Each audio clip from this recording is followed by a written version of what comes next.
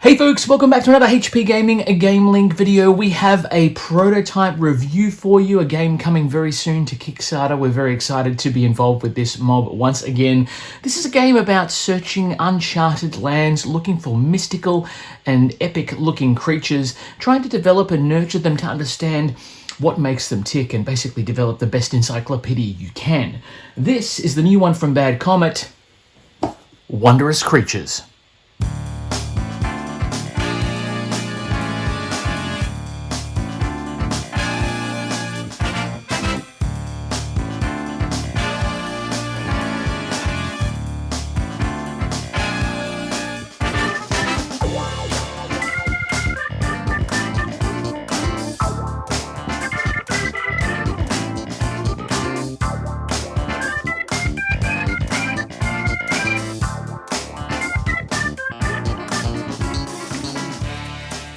Hey folks, welcome back. Thank you very much for joining me. For those of you who don't know me, my name is Matt, and I'm sure we're going to become the very best of friends. As I said in the tease, we are looking today at the new one from Bad Comet Games, Wondrous Creatures.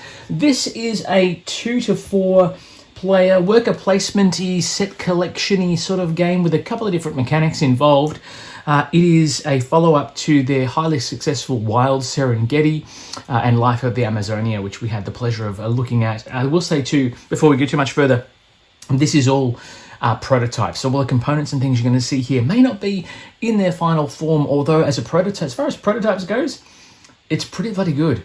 Okay, so let's get into it. What is this game all about? First of all, you will be playing as one of the Intrepid Explorers that are included in the box, traveling to an uncharted land, as I said in the tease, and trying to effectively research and gather information about said wondrous creatures. You will be using your special steeds and crew to head out onto the islands and try and collect eggs, try to recruit creatures to your cause, and use them to effectively complete objectives that will get you VP and become the most studious of all the explorers on this new brave new land. So that's the overview. This game plays 2 to 4 players. The runtime, I think, at this stage is estimated around about the 90 to 120 minute mark. I will say one of the first games we played, yes, we were learning the game, but it did get towards that 2.5 hour time. But not because the gameplay was sluggish, it was more so because the players and I were trying to figure out that puzzly element of this game, and I will come to that in a moment. As I said, the prototype components are very, very good. What I love about this is there is a replayability in terms of the way you pair your crew captain with your crew board, and the way your crew board helps you maneuver your crew and your worker placement methods, where you can move onto the board, etc. And again, you'll see some of those. We're going to do a flyover for you of this game setup so you can see what we're talking about. Effectively, though, you will choose one set of crew meeples. Now, that's on the overhead there. You can see that's a lovely little fella here. That is like a little plesiosaur or sea dragon, whichever way you want to call it. And then you will choose one of these guys here. These are your captains. And each one of them carries with them a unique ability. So you might choose, let's just say we choose the Admiral. And we pop here, they've got these cute little magnets on there as well, and you can just slot them on like that, and then your captain will ride your steed and be present on the board as you place them out, which is quite... Bad Comet have been known for their wooden meeples, their Annie meeples in Wild Serengeti or Life of the Serengeti, Life of the Amazonia as well, which you would have seen on our channel here. The meeple production quality here, even though it's prototype, is still really good. They look awesome. They have fronts and backs, so it's not the same. It's different artwork on both sides, which is awesome. And you have 3 of these workers, and obviously the one captain that you place on top to connect them all together. On your turn, you're going to do one of 4 basic actions. You are either going to place a crew, play a card or cards, you are going to claim an achievement, or you're going to refresh or recharge. And those, you must do one of those basic actions on your turn. Each time you do that, it's going to further the game state in some way, shape or form. But there are also free actions and things you can take based on how much resources you have, whether you've got any butterfly nets or whether you've got energy to spend, because some of these critters that you will find on these uncharted lands will have mystical abilities that will help you further your goals. The puzzle aspect I mentioned of this comes from trying to determine the best course of action for your strategy, making the best use of each of your turns, as is the case in most worker placement games. But here, the strategy involved means that you place out a worker or a crew member on the board, and you will be able to collect resources, or rather than collect the resource of the habitats you're adjacent to, you can use that instance to collect a card from the row, thus collecting a creature into your hand. So managing your hand versus managing your resources to pay for cards in your hand is kind of key. It's an interesting puzzly situation because in terms of the achievements that are available, they do differ from game to game. They're randomly drawn, so you're trying to make the best pathway to get to those achievements, earn those trophies before the game comes to a very abrupt halt when the final trophy is claimed.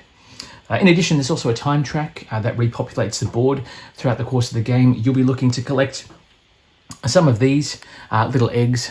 These guys here represent the different creatures and denizens of this strange new world, and you'll be collecting those and using those as a set collection mechanic, or you can use those for other elements to claim achievements. They have a unhatched side and a hatched side, and there are other abilities that can put the creatures back in those eggs, so you can use them for other achievements down the track.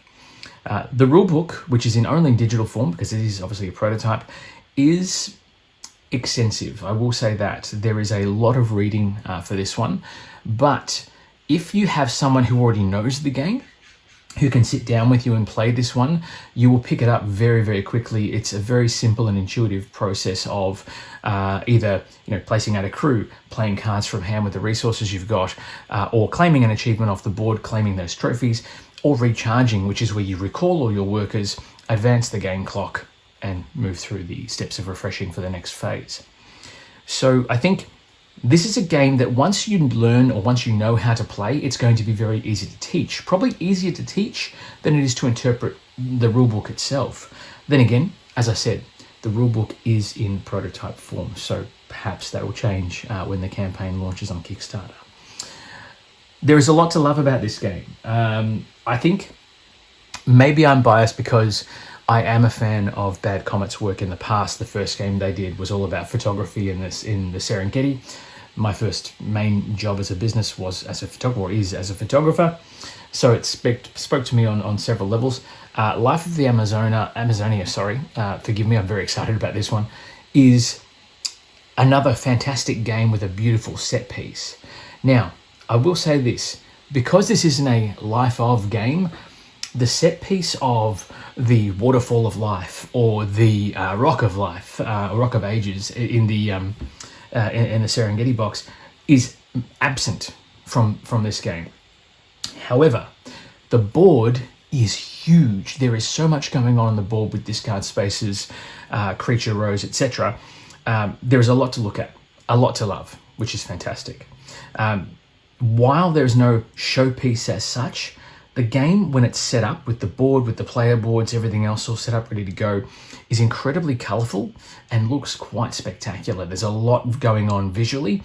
But as I said, once you understand some of the symbolism and symbology, it's really easy to just run with it, pick it up and play. Things I'm not 100% keen on that I think can be improved. I will say the first game we played, we managed to get through the creature deck relatively quickly, partly because we had a lot of people recalling their troops recharging, wiping the trade row, or the creature row, I should say, and moving through those creatures in the discard pile. However, the reason that mechanic exists is so that when you play cards that let you look through the discard pile, there are cards there for you to claim. So there's method in the madness, and again, it comes back to your own individual strategy as to the best way to utilize your abilities and your resources to go for the big W. Not a lot to hate about this game. It looks fantastic on the table, as you'll soon see.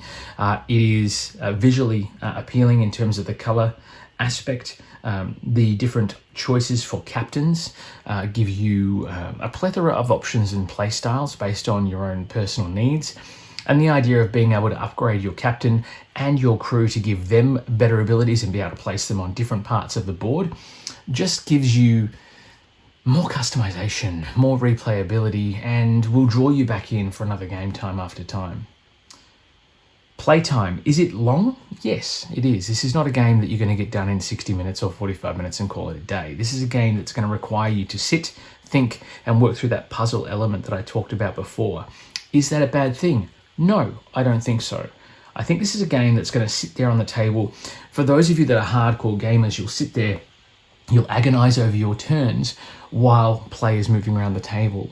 But once you see that strategy, once you find that little niche point where you go, that aha moment, you'll have a turn where you go boom, boom, boom, boom, and you do 5 or 6 different things on a turn and score yourselves quite a bit of points as well. So finding the best way to move through that pathway, to claim those achievements first, to collect all those eggs as you can, just allows, as I said, a lot more replayability, a lot of fun, and a lot of bit of chaos as well. As you'll see, the board is double-sided as well. There is a 2-player side and a 4-player or a 3-player side. The 2-player side of the board also has 2 extra peripherals that you can add on to extend it out for a 3-player game. The board's clearly labelled as to where the trophies and things go. Once trophies are all claimed, the game will end. Or if the game clock advances to the final round, I think it's 6 rounds total. If a player advances to there, that will end the game early as well. The score track, you start off slow, but you'll be racking up points by the end of the game, especially with the cards with the end game bonuses. Cleverly in the prototype, what they've done with these cards is given them different coloured backings and the text area of the cards. So you might have blue, which is ongoing effects during the course of the game, grey, which is a recharge card or something that happens when you recharge. You bring all your crew members back into your player board. Any cards that are in your display are then activated if they have that little grey recharge symbol, which gives you ongoing effects and extra resources for the rounds to follow. So managing your recharge cards versus your instant action cards versus your end game bonus cards is going to be key in order to achieving victory. I find Bad Comet's games to all be heavily involved in terms of trying to figure out the best strategy to move forward. And this is no exception.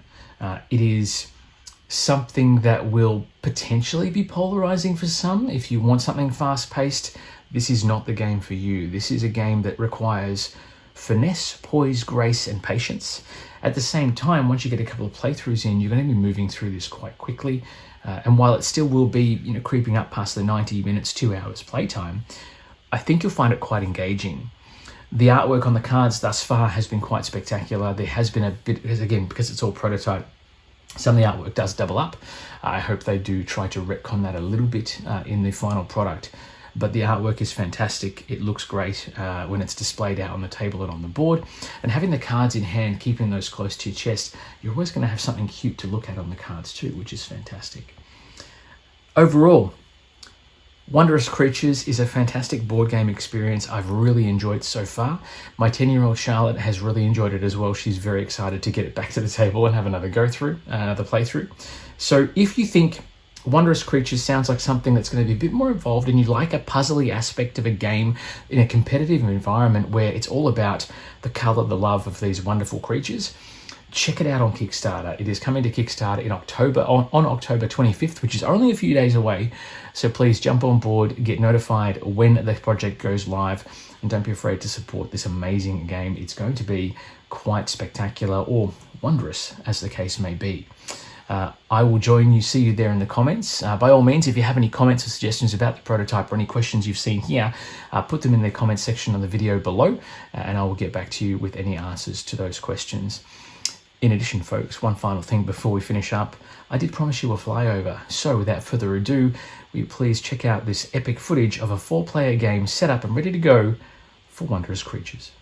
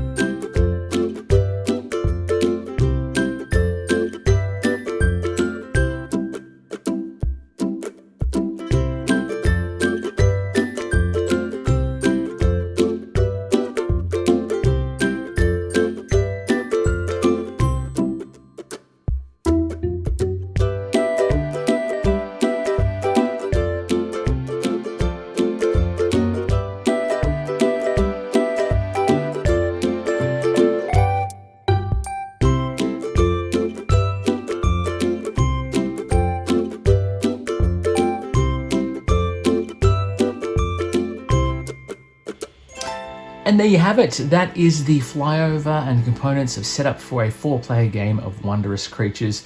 I do wonder whether or not there will be a 5th player included in the Kickstarter component. Sometimes 5 is the magic number, although 4, there is a lot going on in a 4-player game. As I said, it can drag on, which I don't mind, but some people may find that a bit too much to stomach. As I said, October 25th is when this game will launch on Kickstarter. I will be there day one. I hope to see you there too. If you have any questions, let us know. But otherwise, get back to the table, enjoy more games, be sociable, have lots of fun, be kind, always above else, be kind. And we'll see you back at the gaming table for more epic board game content in the not too distant future. Until then, it is bye for now.